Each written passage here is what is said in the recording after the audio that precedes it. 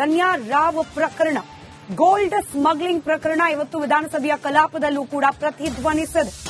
ಆಡಳಿತ ಪಕ್ಷ ಕಾಂಗ್ರೆಸ್ ಅದರಲ್ಲೂ ನೇರವಾಗಿ ಗೃಹ ಸಚಿವ ಡಾಕ್ಟರ್ ಜಿ ಪರಮೇಶ್ವರ್ ಅವರ ವಿರುದ್ಧ ವಿರೋಧ ಪಕ್ಷದ ನಾಯಕರು ಮುಗಿಬಿದ್ದಿದ್ದಾರೆ.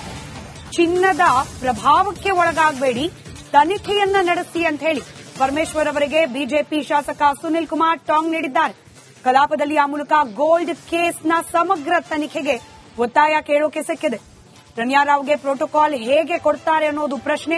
ಈ ಬಗ್ಗೆ ತನಿಖೆ ಮಾಡ್ತೇವೆ ಅಂತ ಹೇಳಿ ಗೃಹ ಸಚಿವರು ಉತ್ತರ ಕೊಟ್ಟಿದ್ದಾರೆ.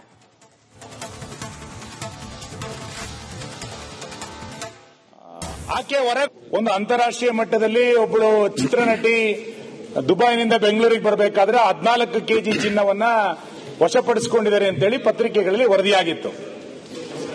ಇದರ ಹಿಂದೆ ದೊಡ್ಡ ಪ್ರಮಾಣದ ಮಾಫಿಯಾ ಇದೆ, ಶಂಕೆ ಇದೆ. ಒಂದು ಹವಾಲದ ವದಂತಿಗಳನ್ನು ಕೂಡ ನಾವು ಕೇಳಲ್ಪಡ್ತಾ ಇದ್ದೀವಿ. ಬೇರೆ ಬೇರೆ ರಾಜ್ಯಗಳಿಗೆ ಈ ರೀತಿ ಸ್ಮಗ್ಲಿಂಗ್ ಮಾಡಲಿಕ್ಕೆ ಬೆಂಗಳೂರು ಕೇಂದ್ರ ಆಗಿದೆಯೋ ಅನ್ನುವಷ್ಟರ ಮಟ್ಟಿಗೆ ಅನುಮಾನಗಳು ಹುಟ್ಟಲಿಕ್ಕೆ ಪ್ರಾರಂಭ ಆಗಿದೆ. ಅದರ ಮುಂದುವರೆದ ಭಾಗವಾಗಿ ಆಕೆ ಹೊರಗೆ ಬರಬೇಕಾದ್ರೆ ಪೊಲೀಸರೇ ಪ್ರೋಟೋಕಾಲ್ ಅನ್ನು ಕೊಟ್ಟಿದ್ರು ಅನ್ನುವಂಥದ್ದು ಕೂಡ ಪತ್ರಿಕೆಗಳಲ್ಲಿ ಬರ್ತಾ ಇದೆ. 10 ಬಾರಿ ದುಬೈಗೆ 1 ತಿಂಗಳಲ್ಲಿ ಹೋಗ್ತಾರೆ. ಅದರ ಪರಿಣಾಮವಾಗಿ ಚಿನ್ನ ಸಿಕ್ಕಿದೆ ಅನ್ನುವಂಥದ್ದನ್ನ ಪತ್ರಿಕೆಗಳು ನೋಡಿದಾಗ ಬೆಂಗಳೂರು ಬೇರೆ ಬೇರೆ ರೀತಿಯಾದಂತಹ ಮಾಫಿಯಾಗಳಿದೆ ಅನ್ನೋದನ್ನ ನಾವು ಕೇಳ್ತಾ ಇದ್ವಿ. ಈ ರೀತಿಯಾದಂತಹ ಸ್ಮಗ್ಲಿಂಗ್ಗಳು ನಡೀತಾ ಇದ್ರೂ ಕೂಡ ಇದರ ಹಿಂದೆ ಇವತ್ತಿನ ಪತ್ರಿಕೆ ಬಹಳ ದೊಡ್ಡ ಪ್ರಮಾಣದಲ್ಲಿ ವರದಿ ಮಾಡಿರುವಂತದ್ದು 2 ಸಚಿವರ ಕೈ ಇದೆ ಎನ್ನುವಂಥದ್ದನ್ನು ಕೂಡ ಇವತ್ತು ಉಲ್ಲೇಖ ಮಾಡಿದೆ.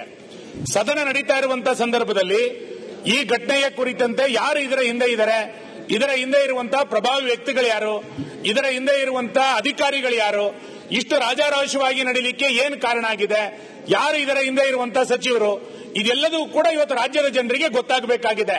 ಹಾಗಾಗಿ ನಾನು 2 ವಿಷಯಗಳನ್ನ ನಿಮ್ಮ ಮುಖಾಂತರ ಸರ್ಕಾರಕ್ಕೆ ಆಗ್ರಹ ಮಾಡ್ತೇನೆ.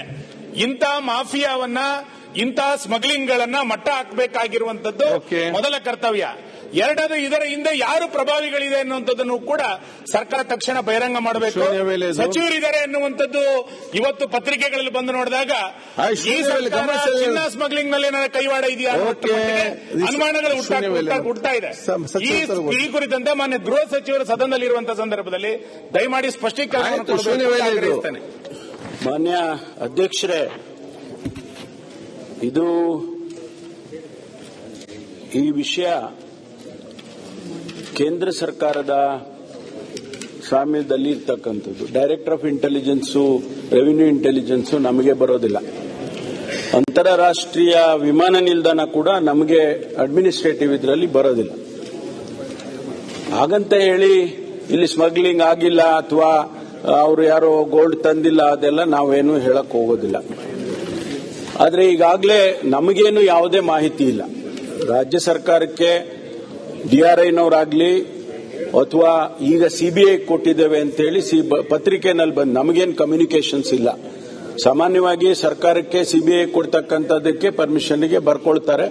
ಅದೊಂದು ಪ್ರೊಸೀಜರ್ ಅಲ್ಲಿದ್ದು, ಅದು ಕೂಡ ಮಾಡಿಲ್ಲ.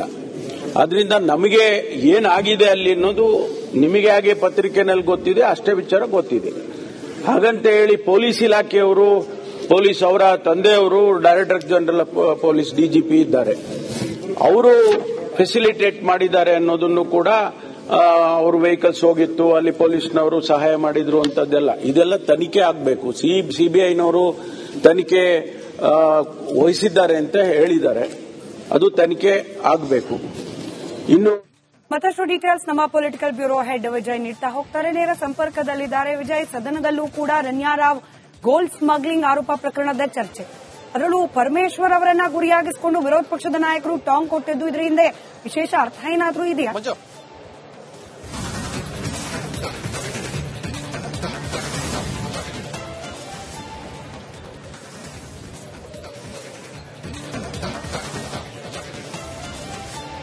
ಸ್ಮಿತಾ, ಸಾಕಷ್ಟು ಸಂಚಲನಕ್ಕೆ ಕಾರಣ ಆಗಿರುವಂತಹ ನಟಿ ರನ್ಯಾ ರಾವ್ ಅವರ ಗೋಲ್ಡ್ ಸ್ಮಗ್ಲಿಂಗ್ ಪ್ರಕರಣ ಈಗ ವಿಧಾನಸಭೆಯಲ್ಲೂ ಕೂಡ ಪ್ರತಿಧ್ವನಿಸಿರುವಂತದ್ದು.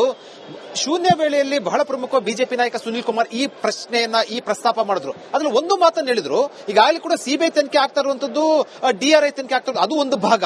ಆದ್ರೆ ರಾಜ್ಯ ರಾಜಕಾರಣಕ್ಕೆ ಸಂಬಂಧಪಟ್ಟಂತೆ ಒಂದಷ್ಟು ಸಂಚಲನಕ್ಕೆ ಕಾರಣ ಆಗಿರುವಂತದ್ದು ಏನು, ನಟಿ ರಮ್ಯಾ ರಾವ್ ಅವರು ಏರ್ಪೋರ್ಟ್ ಇಂದ ಹೊರಗಡೆ ಬರಬೇಕಾದ್ರೆ ಯಾಕೆ ಪ್ರೋಟೋಕಾಲ್ ಕೊಟ್ಟರು, ಇದು ಪೊಲೀಸರಿಗೆ ಗೊತ್ತಿಲ್ವಾ ಅಂತ ಗೃಹ ಸಚಿವ ಪರಮೇಶ್ವರ್ ಅವರಿಗೆ ಪ್ರಶ್ನೆ ಹಾಕಿದ್ರು.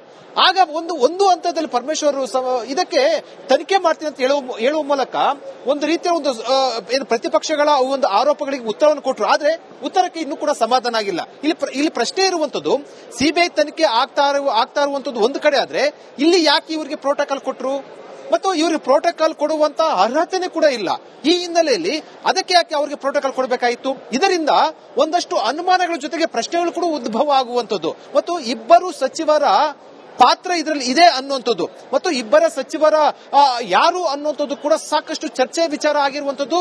ಒಂದಷ್ಟು ಅನುಮಾನಗಳ ಜೊತೆಗೆ ಯಾವ ಸಚಿವರು ಅನ್ನುವಂಥದ್ದು ಕೂಡ ಕುತೂಹಲ ಕೂಡ ಇರುವಂತದ್ದು, ಒಂದು ಕಡೆ ಆತಂಕ ಕೂಡ ಇರುವಂತದ್ದು. ಮತ್ತು ಈಗ ಇರುವಂತಹ ಪ್ರಶ್ನೆ, ಸಿಬಿಐ ತನಿಖೆ ಆಗ್ತಾ ಇರುವಂತಹ ಹಿನ್ನೆಲೆಯಲ್ಲಿ ಸಿಬಿಐ ತನಿಖೆಯಲ್ಲಿ ಆ ಸಚಿವರ ಪಾತ್ರ ಹೊರ ಬೀಳುತ್ತಾ ಅನ್ನೋ ಒಂದು ಅಂಶನೂ ಕೂಡ ಸಾಕಷ್ಟು ರಾಜಕೀಯವಾಗಿ ಚರ್ಚೆ ಆಗ್ತಾ ಇರುವಂತದ್ದು. ನೋಡ್ಬೇಕು, ಈಗ ವಿಧಾನಸಭೆಯಲ್ಲಿ ಪರಮೇಶ್ವರ್ ಒಂದು ಮಾತನ್ನು ಹೇಳಿದ್ರು, ಸಿಬಿಐ ಮತ್ತು DRI ತನಿಖೆ ಆಗ್ತಾ ಇರುವಂತ ಅವರು ತನಿಖೆ ಮಾಡ್ಲಿ, ಆದ್ರೆ ನನಗೂ ಈ ಸಂಬಂಧಪಟ್ಟಂತೆ ಇಲ್ಲಿವರೆಗೂ ಕೂಡ ಯಾವುದು ಕೂಡ ಮಾಹಿತಿ ಕೊಟ್ಟಿಲ್ಲ DRI ನವರು ಅಂತ ಹೇಳಿರುವಂತದ್ದು. ಜೊತೆಗೆ ಏನ್ ಪ್ರೋಟೋಕಾಲ್ ಕೊಟ್ಟರು ಅದರ ಬಗ್ಗೆ ತನಿಖೆ ಮಾಡ್ತೀನಿ ಅಂತ ಹೇಳುವ ಮೂಲಕ ಈ ಒಂದು ಆರೋಪಗಳಿಗೆ ಒಂದು ಉತ್ತರವನ್ನು ಕೊಟ್ಟಿರುವಂತದ್ದು. ಸ್ಮಿತಾ, ರೈಟ್, ಸಂಪರ್ಕದ ರಮ್ಯಾ ರಾವ್ ಪ್ರಕರಣ, ಗೋಲ್ಡ್ ಸ್ಮಗ್ಲಿಂಗ್ ಪ್ರಕರಣ ಇವತ್ತು ವಿಧಾನಸಭೆಯ ಕಲಾಪದಲ್ಲೂ ಕೂಡ ಪ್ರತಿಧ್ವನಿಸಿದೆ. ಆಡಳಿತ ಪಕ್ಷ ಕಾಂಗ್ರೆಸ್ ಅದರಲ್ಲೂ ನೇರವಾಗಿ ಗೃಹ ಸಚಿವ ಡಾಕ್ಟರ್ ಜಿ ಪರಮೇಶ್ವರ್ ಅವರ ವಿರುದ್ಧ ವಿರೋಧ ಪಕ್ಷದ ನಾಯಕರು ಮುಗಿಬಿದ್ದಿದ್ದಾರೆ. ಚಿನ್ನದ ಪ್ರಭಾವಕ್ಕೆ ಒಳಗಾಗಬೇಡಿ, ತನಿಖೆಯನ್ನ ನಡೆಸಿ ಅಂತ ಹೇಳಿ ಪರಮೇಶ್ವರ್ ಅವರಿಗೆ ಬಿಜೆಪಿ ಶಾಸಕ ಸುನಿಲ್ ಕುಮಾರ್ ಟಾಂಗ್ ನೀಡಿದ್ದಾರೆ. ಕಲಾಪದಲ್ಲಿ ಆ ಮೂಲಕ ಗೋಲ್ಡ್ ಕೇಸ್ನ ಸಮಗ್ರ ತನಿಖೆಗೆ ಒತ್ತಾಯ ಕೇಳೋಕೆ ಸಿಕ್ಕಿದೆ. ರಮ್ಯಾ ರಾವ್ಗೆ ಪ್ರೋಟೋಕಾಲ್ ಹೇಗೆ ಕೊಡ್ತಾರೆ ಅನ್ನೋದು ಪ್ರಶ್ನೆ. ಈ ಬಗ್ಗೆ ತನಿಖೆ ಮಾಡ್ತೇವೆ ಅಂತ ಹೇಳಿ ಗೃಹ ಸಚಿವರು ಉತ್ತರ ಕೊಟ್ಟಿದ್ದಾರೆ.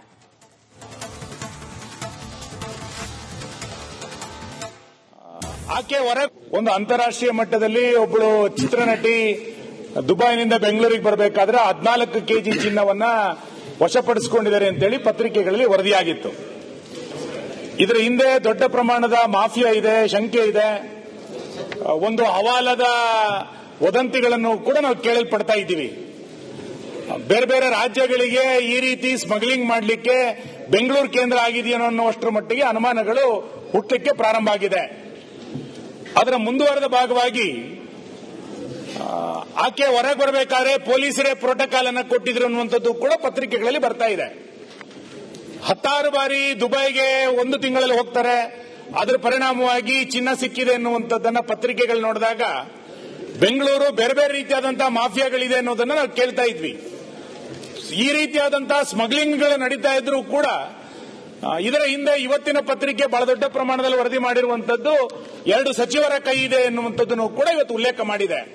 ಸದನ ನಡೀತಾ ಇರುವಂತಹ ಸಂದರ್ಭದಲ್ಲಿ ಈ ಘಟನೆಯ ಕುರಿತಂತೆ ಯಾರು ಇದರ ಹಿಂದೆ ಇದ್ದಾರೆ, ಇದರ ಹಿಂದೆ ಇರುವಂತಹ ಪ್ರಭಾವಿ ವ್ಯಕ್ತಿಗಳು ಯಾರು, ಇದರ